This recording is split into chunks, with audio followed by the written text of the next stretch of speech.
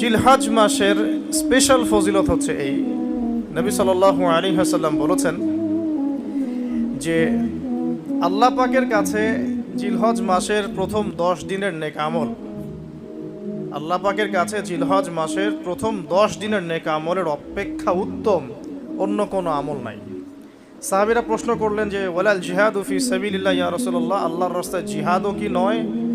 নবী সাল্লাল্লাহু আলাইহি ওয়াসাল্লাম বলছেন ওয়ালাল জিহাদু ফি সাবিলিল্লাহ, এমন কি আল্লাহর পথে জিহাদও নয়। তবে সেই ব্যক্তির কথা ভিন্ন যে ব্যক্তি তার মাল এবং তার নফস নিয়ে বের হয়ে গেছে কিন্তু এটা কোনো কিছু নিয়েই ফেরত আসে নাই, মানে সে শহীদ হয়ে গেছে, সেই ব্যক্তির কথা ভিন্ন। বাকি এই 10 দিনের নেকা আমল আল্লাহ পাকের কাছে অন্য সমস্ত নেকা আমল চাইতে শ্রেষ্ঠ এবং উত্তম। আল্লাহ পাক সূরা ফজরের মধ্যে এই 10 দিনের কথা বলেছেন, ওয়াল ফজরি মানে প্রভাতের কসম বা ফজরের কসম, ওয়া লায়ালিন আশর এবং 10 রাতের কসম।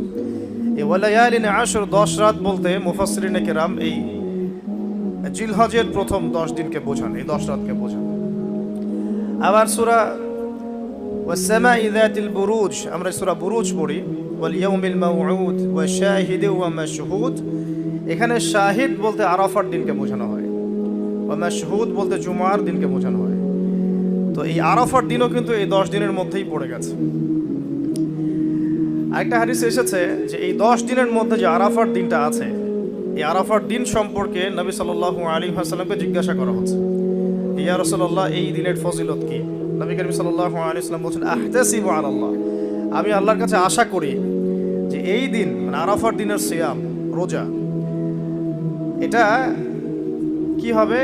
কাফারা মানে মাফের কারণ হবে, গুনাহ মাফের মোচনের কারণ হবে। সানাতাল্লাতি ক্বাবলা ওয়া সানাতাল্লাতি বা'দা, মানে বিগত 1 বছরের আগামী 1 বছরের 2 বছরের গুনাহ মাফের কারণ হবে একটা রোজা আরাফার সওম। মাশাআল্লাহ, সুবহানাল্লাহ।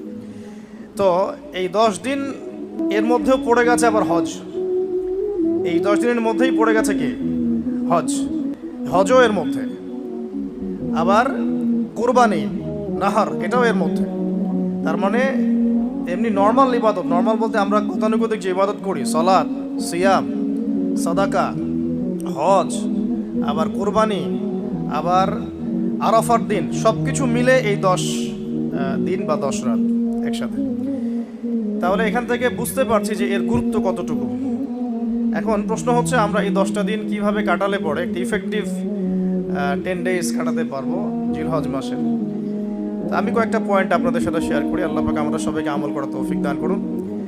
প্রথম যে বিষয়টা খেয়াল রাখতে হবে সেটা হলো